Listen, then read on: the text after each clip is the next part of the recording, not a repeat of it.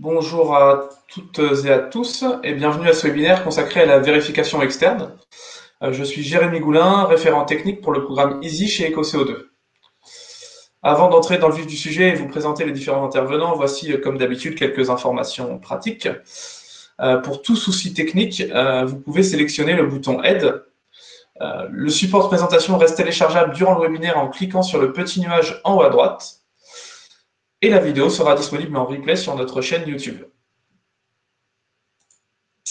Vous pouvez à tout moment poser vos questions dans la rubrique dédiée à cet effet sur la partie droite de votre écran.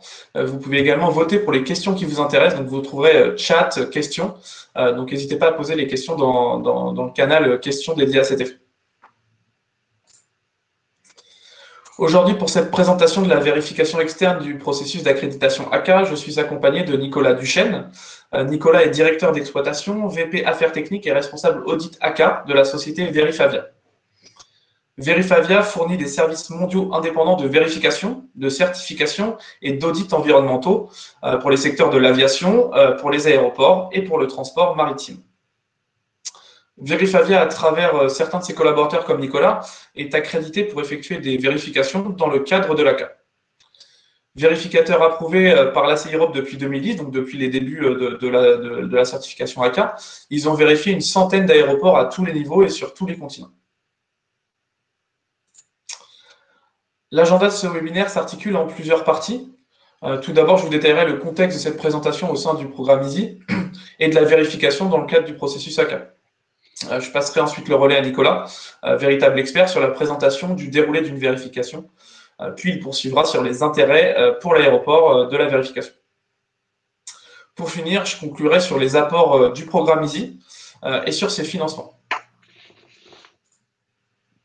Nous allons commencer ce webinaire par remettre en contexte le sujet de la vérification externe dans le cadre du programme EASY et la définir très succinctement. Pour rappel à tous, le programme EASY est lauréat des appels à projets programme certificat d'économie d'énergie. Les cibles de ce programme sont l'ensemble des plateformes aéroportuaires françaises, toutes tailles confondues. Pour plus de détails, nous avons remis le lien replay du webinaire de la présentation du programme EASY sur cette slide qui est disponible sur YouTube. Finalement, tout ça pour dire qu'aujourd'hui, dans le cadre d'une atteinte du niveau 2 à minima par les aéroports, ces aéroports ils vont donc avoir à passer par une ou deux certifications par des vérificateurs indépendants que Nicolas expliquera par la suite. La vérification, qu'est-ce que c'est? C'est un audit externe qui apporte notamment de la légitimité à l'accréditation ACA obtenue par un aéroport. Pour comprendre pourquoi, voici ces différents objectifs. Le but premier d'une vérification par un tiers est de garantir que les informations déclarées, les communications et les plans reflètent fidèlement les efforts déployés par l'aéroport. La vérification assure donc la transparence et le caractère vérifiable de ces informations. Nicolas vous l'expliquera davantage ensuite, mais ce qu'il faut retenir, c'est que la vérification, c'est un process relativement simple si tous les systèmes sont maîtrisés. Voyons maintenant qui peut procéder à une vérification. La vérification, elle peut être effectuée que par des vérificateurs approuvés.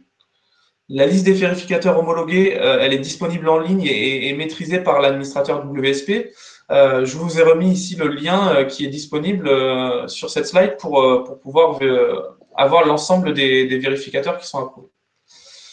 Ces vérificateurs, ils sont approuvés sur une base individuelle et non sur la base d'une entreprise et répondent aux différentes exigences spécifiques du dispositif ACA qui les autorisent donc à effectuer des vérifications pour ce dispositif.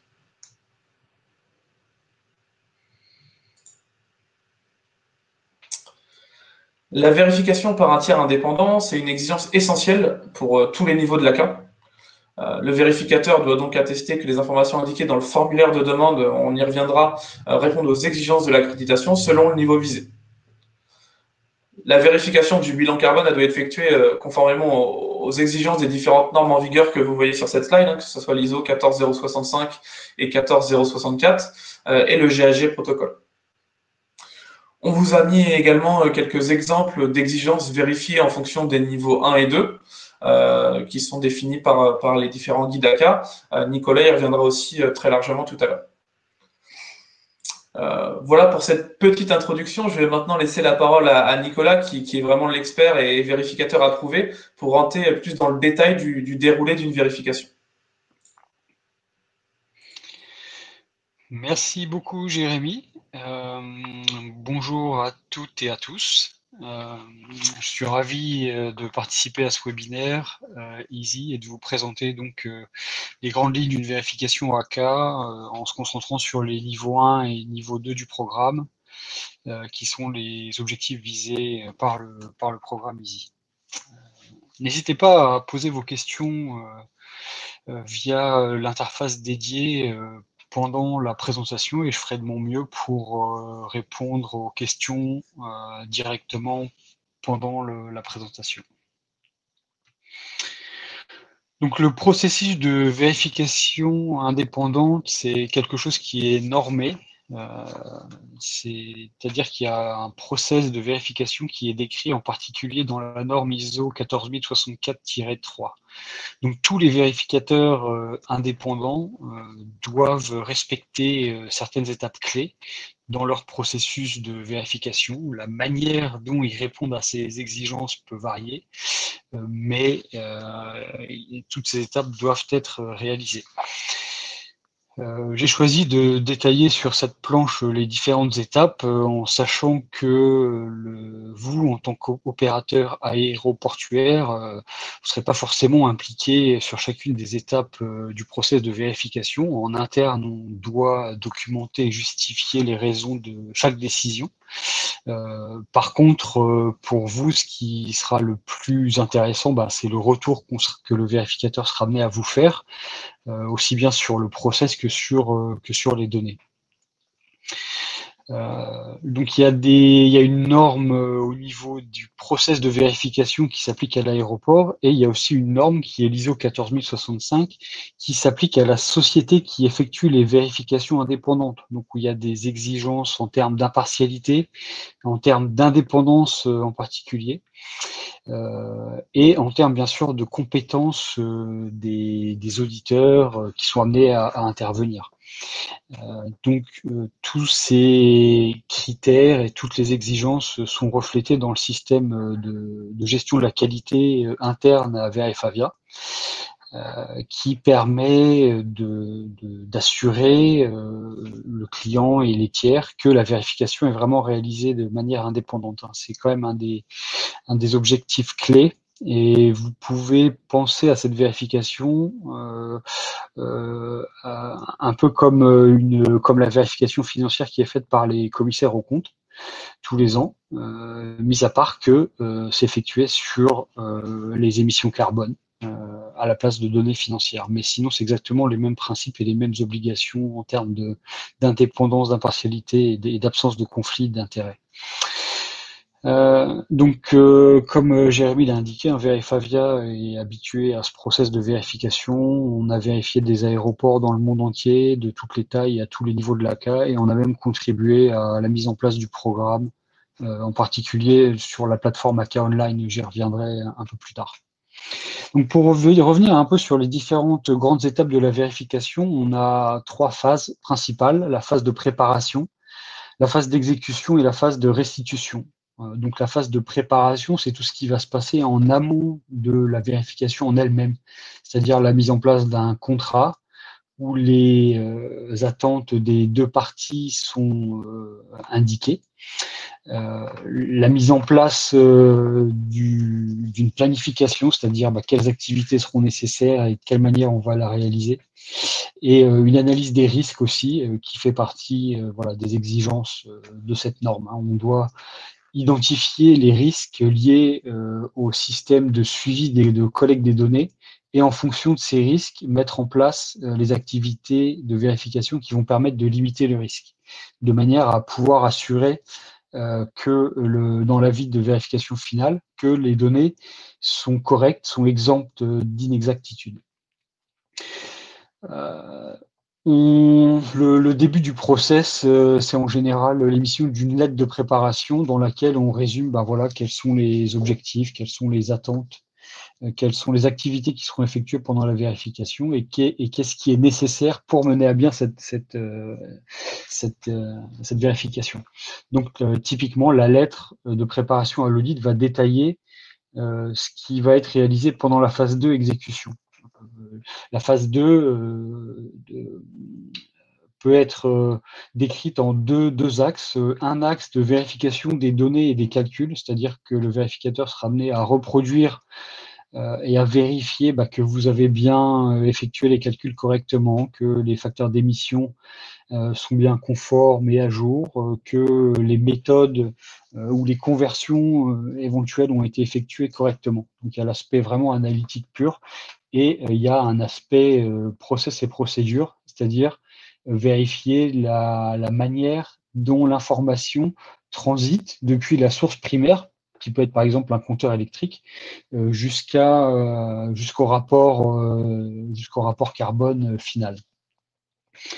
La phase analytique de revue des calculs peut se faire à distance.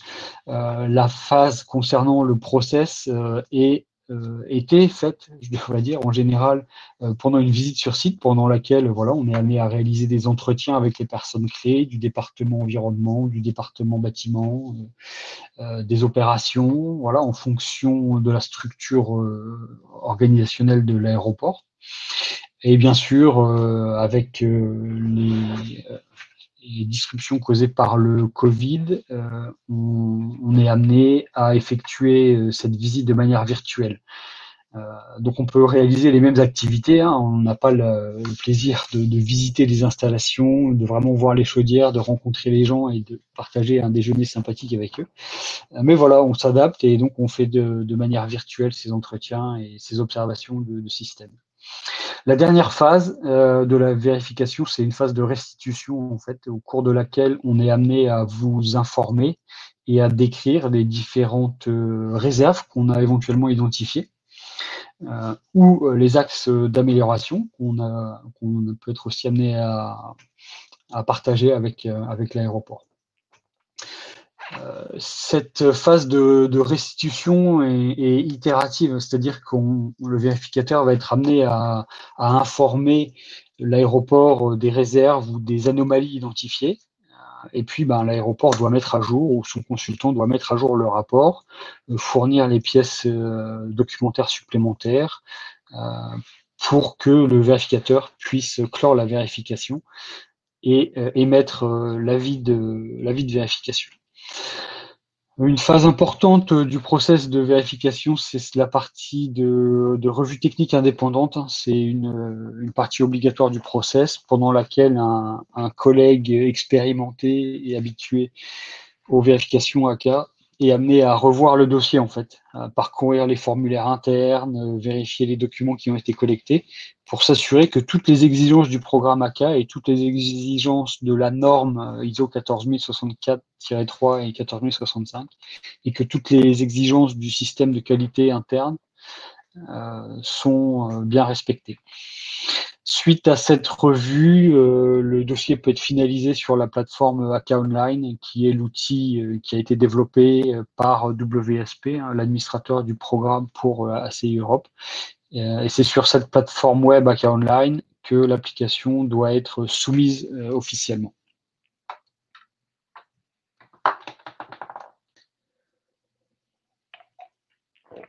La visite sur site, c'est une partie importante de la vérification. Elle est pour un aéroport de taille moyenne ou grande, en général, c'est une journée, voire plusieurs journées pour vraiment des grosses plateformes. Pour les groupes d'aéroports, pour lesquels il y a des similitudes au niveau du process de collecte des données, il n'est pas obligatoire de visiter tous les aéroports du groupe. Il nous est arrivé de discuter avec WSP et de se mettre d'accord sur un échantillon d'aéroports à visiter, de manière à limiter les coûts et à améliorer l'efficacité du process. Alors bien évidemment, à cause du Covid, les visites sur site ne peuvent pas avoir lieu et récemment, l'exemption de visite sur site a été étendue donc jusqu'au 14 mai 2022. Donc encore un an de vérification AK pendant lesquelles les visites sur site ne seront pas obligatoires, mais remplacées par des visites virtuelles. Donc le déroulé d'une visite sur site, il est à peu près le même, hein, que ce soit virtuel ou physique. Euh, Quand VRFavia fait des visites virtuelles, on essaie de les limiter à 2 heures dans le temps parce qu'on estime qu'après 2 heures de participation active et de discussion et d'audit, ben, l'attention et la concentration commencent à diminuer. Donc on préfère faire 2 visites de 2 heures plutôt qu'une seule de 4 heures. Si on se déplace sur site, on passe donc la journée. Et le déroulé, il est à peu près le même, hein. En général, l'audit, la visite commence avec un entretien avec le correspondant AK. En général, c'est une personne du département environnement ou du département qualité, au cours de laquelle on revoit le process AK, et pour les différentes sources d'émissions, bah, on revoit voilà, quel est le cheminement suivi par l'information. Suite à cet entretien dédié au process AK, on réalise des entretiens avec les différentes personnes impliquées dans la collecte et l'analyse des données. En général, on n'a pas les mêmes intervenants pour ce qui concerne la partie électricité et puis pour la partie véhicule. Donc, il est important pour avoir une bonne certitude sur l'exactitude des données, de pouvoir s'entretenir avec les différentes personnes clés. On est amené à visiter les installations, à observer les compteurs, les sous-compteurs de gaz, d'électricité, les centrales d'énergie éventuelles, les stations-service, dans le cadre d'une visite sur site. Alors quand on fait une visite virtuelle, on ne vous demande pas d'aller prendre des photos ou de faire des vidéos sur chacune des installations. On n'a pas non plus encore de drones. Bon, ce serait peut-être aussi délicat de faire voler des drones au-dessus des aéroports pour confirmer l'existence de chaudières ou autres. Donc voilà, on s'adapte pour que ça soit, pour que cette visite voilà, soit la plus efficace possible. Suite aux différents entretiens et aux différentes observations, on est amené à discuter avec les intervenants à propos des réserves ou des commentaires qu'on a pu identifier pendant cette visite. Et on est aussi amené à discuter des solutions qui sont envisageables. Alors, on a un devoir de réserve en tant que vérificateur indépendant. On ne peut pas vous préconiser tel système d'information ou telle solution, mais on peut quand même vous faire part des bonnes pratiques qu'on a pu voir et donc d'expériences qu'on a un peu acquises au cours du temps. Une fois que la visite sur site, donc virtuelle ou physique, a été réalisée, et une fois qu'on connaît un peu le dossier, qu'on a un peu dégrossi le travail de vérification, vous êtes amené, l'aéroport est donc amené, ou son consultant est amené à en fait créer sa candidature pour le niveau 1 ou 2 de l'ACA via la plateforme ACA Online. Donc c'est la plateforme web qui centralise toutes les demandes d'accréditation à tous les niveaux de l'ACA. Vous avez un lien sur la gauche qui vous permet de faire la demande d'accès si vous ne l'avez pas encore. Le principe, c'est qu'on vous demande de saisir via cette plateforme web, de saisir la réponse pour toutes les questions clés qui concernent le niveau 1 ou le niveau 2 de l'ACA. Donc, la première partie concerne le périmètre de l'empreinte carbone. Est-ce que vous êtes sur un périmètre opérationnel ou contrôle financier? Quelles sont les sources d'émissions que vous avez prises en compte? Vous êtes amené également à indiquer la politique de l'aéroport, le lien vers la politique qui doit être publiée.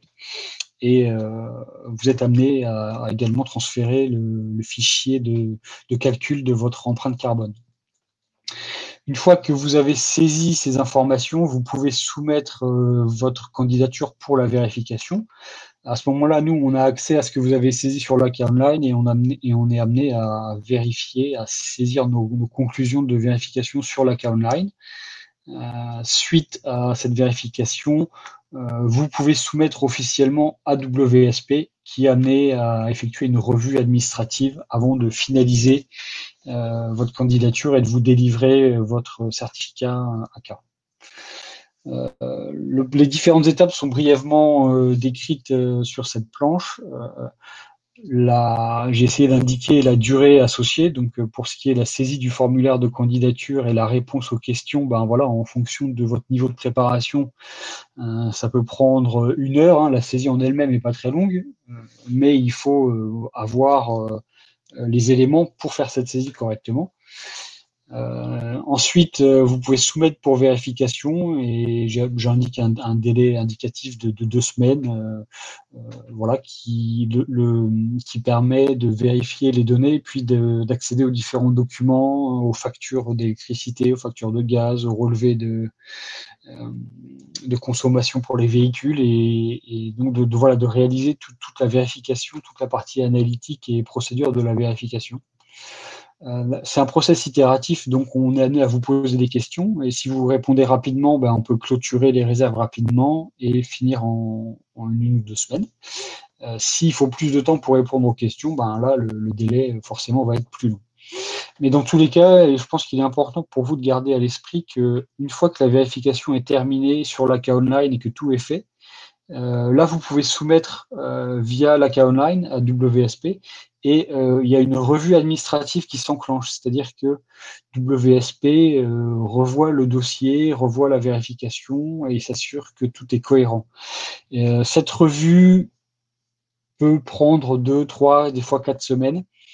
Si vous avez une échéance forte pour la délivrance de l'accréditation, gardez bien en tête que voilà, une fois que la vérification est terminée, il y a un délai de quelques semaines pour que la revue administrative soit effectuée avant que l'accréditation soit délivrée.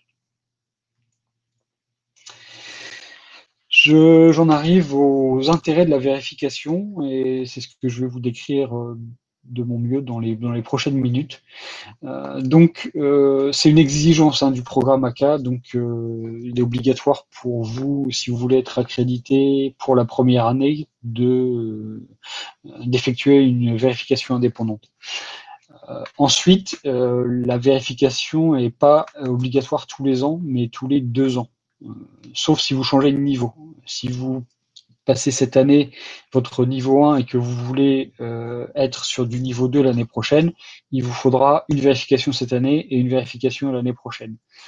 Si vous êtes niveau 2 plutôt dans 2 ans, à ce moment-là, l'année prochaine, si vous restez sur du niveau 1, il faudra que vous resoumettiez sur l'AK Online les mises à jour, mais il n'y aura pas de vérification obligatoire.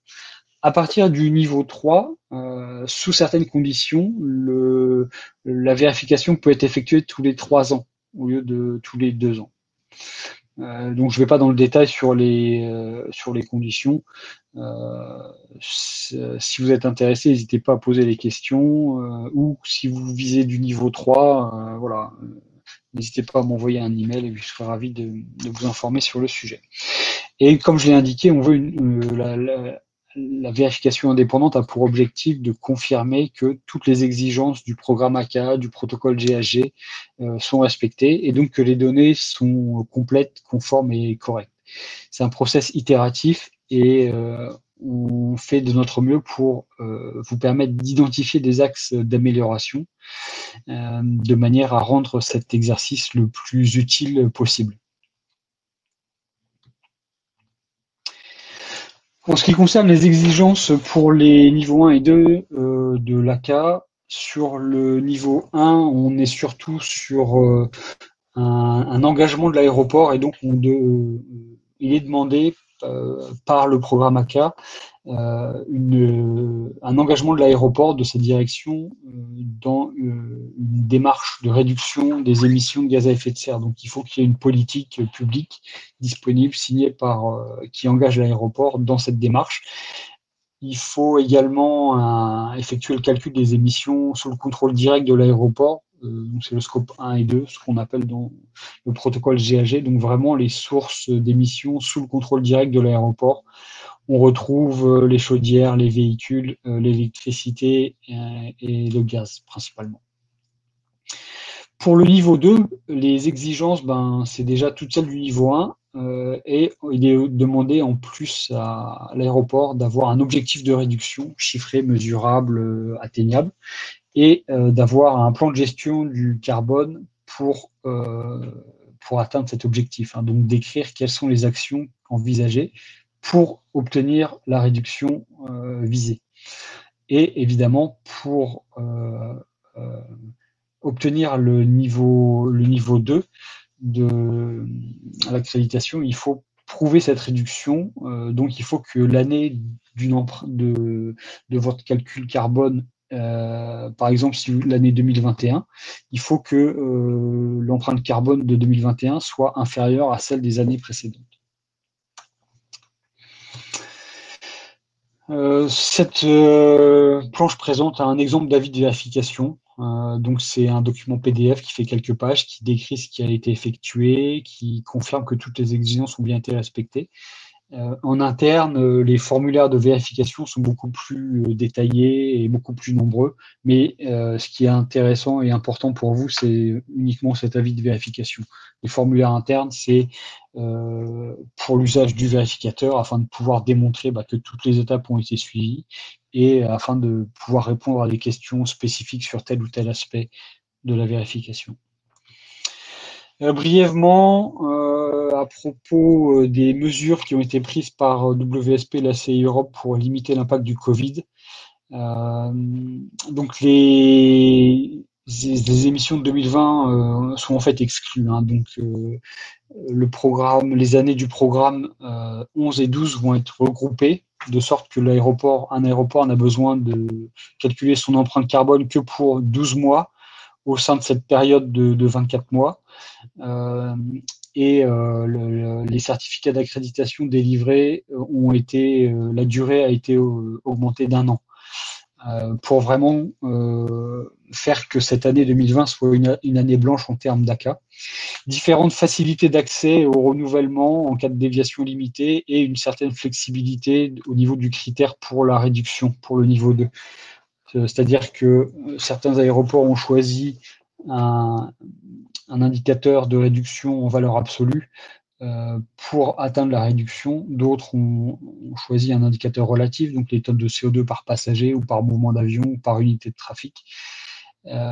Et évidemment, suite au Covid, ces critères relatifs ne fonctionnent pas correctement et donc il est possible de les changer. C'est pas recommandé de le changer très souvent, mais en période de Covid, voilà, il est autorisé de changer. L'ACI a aussi décidé d'une réduction des frais de l'ACA sur les années 2022-2023. Voilà. L'impact du Covid, il sera visible jusqu'en 2024 et c'est ce qui est indiqué dans la table rouge en dessous. L'année 2020, en gros, est remplacée par l'année 2019 et comme la réduction se fait sur une moyenne roulante sur 3 ans, jusqu'en 2024, les données 2020 seront remplacées par 2029. Tous ces aspects sont connus des vérificateurs qui peuvent vous aider à mieux comprendre et à décider en toute connaissance de cause de qu'est-ce qui est le mieux pour vous. C'est souvent du cas par cas. Voilà, j'en ai terminé pour cette présentation de la vérification indépendante. Vous trouverez les documents clés du programme sur le lien du site de l'accréditation carbone. Il y a 3 documents principaux. Le guide, le manuel de la candidature, qui est le plus intéressant pour vous. Ensuite, au niveau de la compensation carbone, il y a aussi un guide qui a été publié pour le niveau 3 ou 4. Et il y a un guide à destination des vérificateurs. Voilà, Jérémy, je te repasse la main pour conclure. Merci beaucoup, Nicolas. Pendant ma petite conclusion informative, n'hésitez surtout pas à poser vos questions sur la droite de votre écran. Nicolas sera ravi de pouvoir y répondre et de pouvoir échanger avec vous sur les points d'interrogation que vous avez sur cette vérification.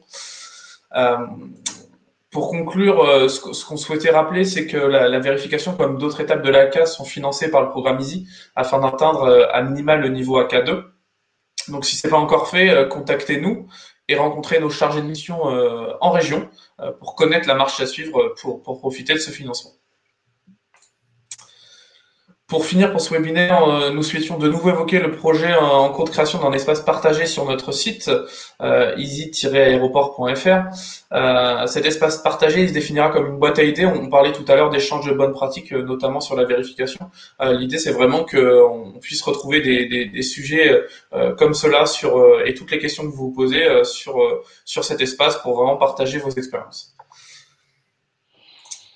Ce webinaire du programme EASY touche à sa fin. Je vous propose sur cette slide de retrouver l'ensemble des liens replay des webconférences que nous avons déjà proposées dans le cadre du programme. Donc le lien sur l'outil ACERT pour le programme EASY, sur le plan de management de carbone, donc bientôt sur la vérification et ces différentes étapes que vous retrouverez sur notre chaîne YouTube.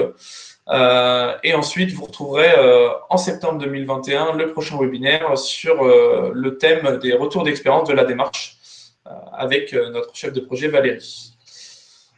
Merci beaucoup pour votre attention. Nous allons maintenant répondre à un maximum de questions s'il y en a. Alors, je vois que j'ai une petite notification, donc nous avons une première question. Je vais la lire. Bonjour, merci pour les informations. Pour le niveau AK3, comment se passe la vérification de l'implication des parties prenantes?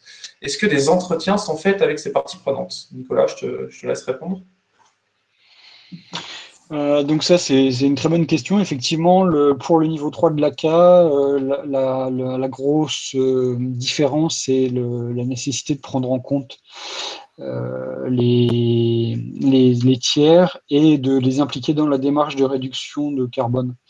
Donc, en fait, la vérification de l'implication des tiers, elle va dépendre de la manière dont l'aéroport a décidé d'impliquer ces tiers. C'est-à-dire que s'il y a un système de suivi des émissions des tiers via un extranet qui a été mis en place, le vérificateur sera amené à vérifier l'existence de ce système et à l'observer et à confirmer le bon fonctionnement. Si l'aéroport profite des réunions trimestrielles avec les tiers pour présenter des objectifs et pour mettre à jour les informations, à ce moment-là, le vérificateur s'attendrait à ce qu'il y ait une preuve une preuve documentaire, c'est-à-dire une présentation qui indique les estimations de GES pour les différents intervenants ou des notes de réunion, voilà, tout document qui peut être utilisé pour vraiment confirmer que ces tiers ont été impliqués. Si un club carbone est mis en place ou vraiment un groupe de travail dédié, à ce moment-là, voilà, on attendrait qu'il y ait un agenda, peut-être des photos des participants. Donc, un entretien avec les parties prenantes n'est pas obligatoire, mais ça peut être intéressant et chaque vérificateur peut avoir son approche sur ce sujet.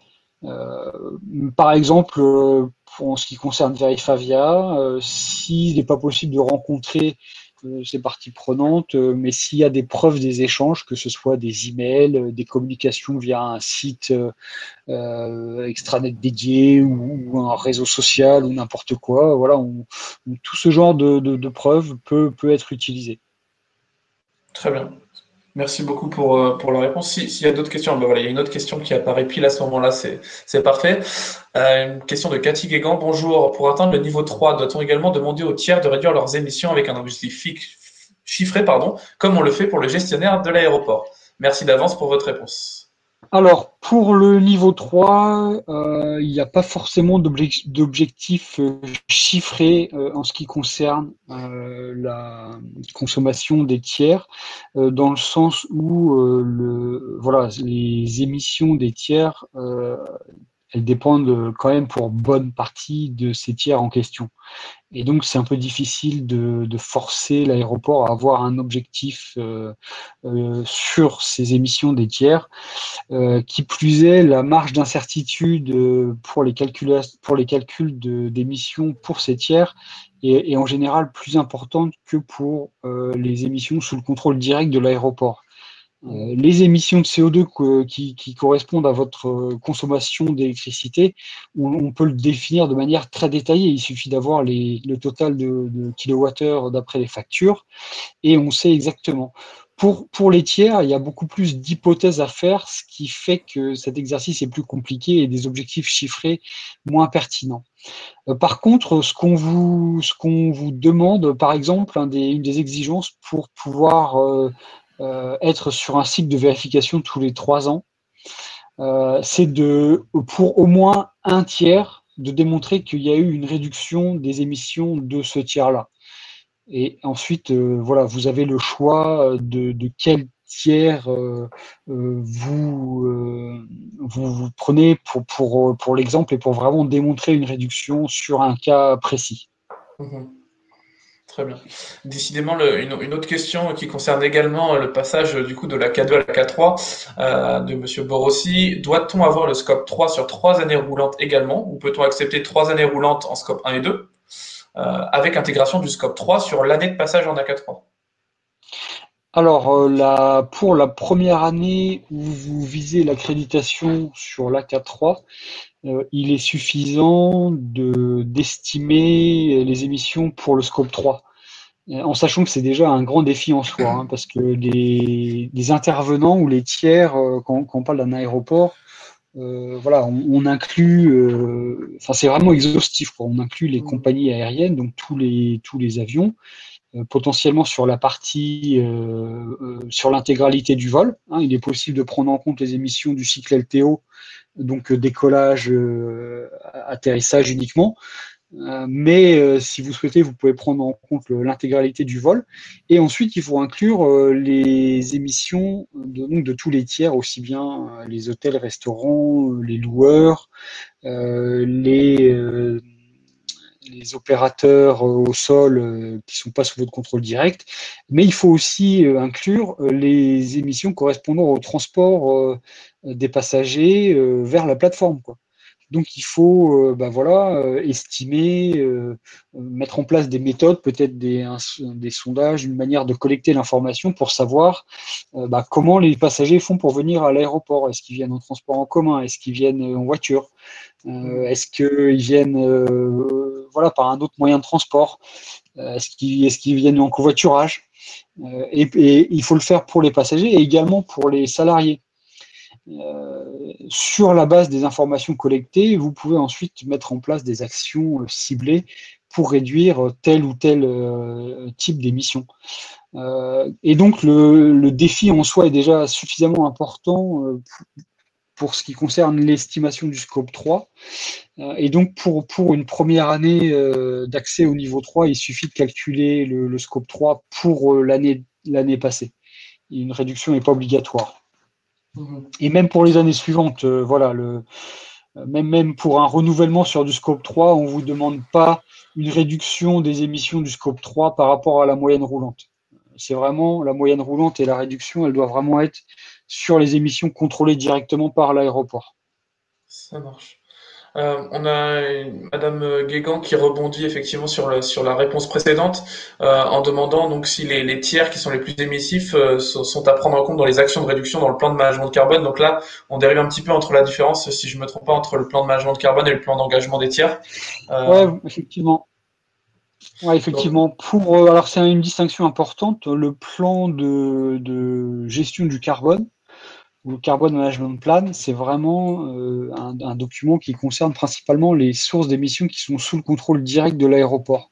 Donc, dans ce plan, on attend qu'il y ait des actions qui correspondent vraiment aux sources d'émissions sous le contrôle direct de l'aéroport. Donc, par exemple, les bâtiments, la consommation liée aux éclairages ou ou à la climatisation, mais vraiment ou l'utilisation d'électricité, mais vraiment ce qui est sous le contrôle direct de l'aéroport. Pour ce qui est des tiers, c'est comme tu disais, Jérémy, c'est plutôt dans le plan d'engagement des tiers que on s'attend à avoir voilà une description des différents tiers, des méthodes d'estimation associées, Mhm. et pour du niveau 3 ou 4, des actions sur les tiers les plus émissifs. Oui, tout à fait. Et du coup, Madame Guégan résume, hein, il faut donc avoir deux plans de management distincts, un pour l'aéroport, un pour les tiers. C'est le cas effectivement à C'est partir du ça. niveau 3. Et pour ça, je vous renvoie notamment vers le replay du précédent webinaire sur le plan de management de carbone et le plan d'engagement des tiers qui précisera sans doute un peu cette question-là si besoin. C'est ça, la On... terminologie est pas la même. Voilà, le plan de management du carbone, c'est vraiment pour les émissions directes, et le plan d'engagement des tiers, c'est vraiment pour les tiers. Les deux sujets sont bien distincts. On revient sur une question spécifique au niveau AK2. Pour le niveau 2, un plan d'action est nécessaire pour réduire les émissions sous le contrôle de l'aéroport. Oui, c'est vrai. Est-il obligatoire de chiffrer le gain de carbone lié à ces actions de réduction? Et du coup, sous-entendu, est-ce que c'est quelque chose que vous regardez dans la vérification?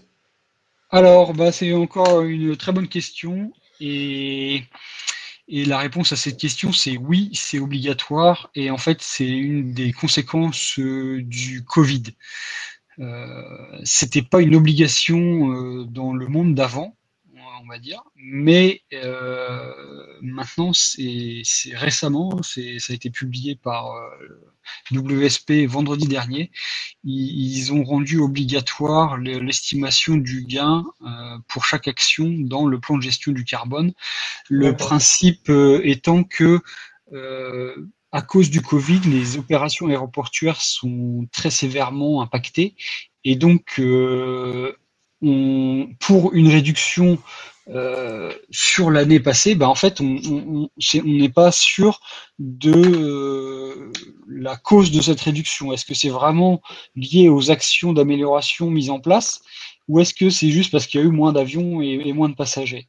Mhm. Donc, pour pallier à ce problème, il est maintenant obligatoire de chiffrer le gain carbone lié aux actions de réduction dans le plan de management du carbone.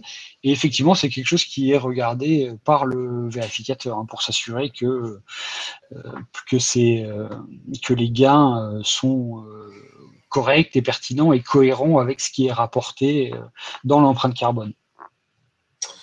On a une nouvelle question concernant la vérification. Comment cela se passe si l'aéroport n'atteint pas les objectifs de réduction visés lors des vérifications tous les 2 ans s'il n'y a pas forcément de changement de niveau, du coup à partir du niveau 2?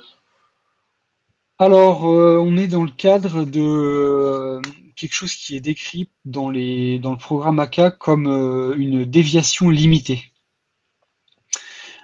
Il y a un aspect de cette réponse qui est encore une fois lié au Covid, c'est-à-dire que, par exemple, pour un aéroport qui utiliserait un indicateur relatif, il est possible que cet indicateur montre une augmentation des émissions, parce que bah, si on prend les émissions par passager et qu'on n'a pas beaucoup de passagers, bah, forcément Mhm. les émissions vont augmenter, vont être plus importantes avec un indicateur relatif. Donc, il est possible sous réserve de justifier cette déviation limitée, il est possible de maintenir son niveau 2, même avec une augmentation des émissions de CO2. Ce que préconise l'ACA sur ce sujet, c'est en fait de transformer le défi Covid en une opportunité. C'est-à-dire que c'est une opportunité pour l'aéroport d'analyser les consommations énergétiques euh, dans un mode d'opération Mhm. voilà, limité, et donc d'identifier où est-ce qu'on peut réduire, quoi. C'est-à-dire que bah, s'il n'y a pas de passagers et qu'on est obligé de garder tous les terminaux Mhm. actifs et toutes les lumières dans tous les terminaux, bah voilà, on génère quand même des émissions qui ne sont pas forcément nécessaires. Et donc, une période comme le Covid permet de mieux comprendre où sont les consommations, on va dire, évitables, et se focaliser là-dessus. Très bien, très clair. Euh, S'il y a d'autres questions, n'hésitez pas. On va attendre encore un petit peu s'il y a d'autres questions. Moi, j'en ai peut-être une pour finir. On a parlé dans le déroulé de la vérification d'analyse de risque. Euh, je suis pas sûr, moi, de mon côté, d'avoir très bien compris. Est-ce que du coup, on parle un peu d'audit interne des process? Est-ce que j'ai bien compris dans ce sens-là? Alors, l'analyse de risque, en fait, il y a trois niveaux de risque dans le monde de la vérification. Il y a ce qu'on appelle le risque inhérent, le risque de contrôle et ensuite le risque de vérification. Donc ça fait trois composantes du risque. Le risque inhérent, en fait, il dépend du système mis en place par l'opérateur pour collecter l'information et pour l'agréger. Oui, Et donc, le risque n'est pas le même si on a, par exemple, un système automatisé qui bien sûr. récupère automatiquement les consos des compteurs, euh, et si on a quelqu'un qui passe avec son petit carnet pour toutes les semaines pour noter la conso des compteurs, ben, les risques inhérents ne sont pas les mêmes. Mhm. Et les actions de vérification pour traiter de ces risques ne sont pas non plus les mêmes. S'il y a un système automatisé, là, on s'attend à ce qu'il y ait un contrôle par défaut des données. D'accord. S'il y a une saisie manuelle, à ce moment-là, il faut qu'il y ait des contrôles manuels plus importants. Le deuxième composant, c'est le risque de contrôle, donc c'est vis-à-vis des contrôles internes mis en place par l'aéroport. Voilà, aussi bien le contrôle de ces mesures que, je sais pas, une comparaison des émissions de telle source d'une année à l'autre, enfin voilà, en Oui, fonction de ce qui est mis en place. Et le risque de vérification, le risque de détection, en fait, qu'on appelle, ça, c'est vraiment interne au vérificateur et on ajuste les activités de vérification en fonction pour réduire ce risque de détection. Par exemple, est-ce qu'on demande deux factures d'électricité sur une année ou est-ce qu'on en demande 6 ou 12? mhm. Voilà, ça dépend de la confiance qu'on a dans le système décrit par l'opérateur. Donc, cette Très bien. analyse de risque, c'est ce qui permet de définir le plan de vérification, en fait, et le Ok, détail des activités qui seront réalisées. ça marche, super. Super clair. Il n'y a pas forcément d'autres questions, donc si c'est bon pour tous nos participants, on va pouvoir clôturer ce webinaire. N'hésitez pas à poser vos questions également par mail, on se chargera de les retransmettre à Nicolas pour pouvoir y répondre directement et que vous puissiez être mis en relation si besoin. Donc n'hésitez pas et merci encore pour votre intérêt et très bonne journée à vous. Merci Nicolas pour ta participation. Merci Jérémy, merci Izzy pour l'organisation et puis merci à tous les participants pour votre temps et on sera ravis de vous fournir plus d'informations si vous le souhaitez. Merci beaucoup, à bientôt. Très bonne journée, au revoir. Au revoir.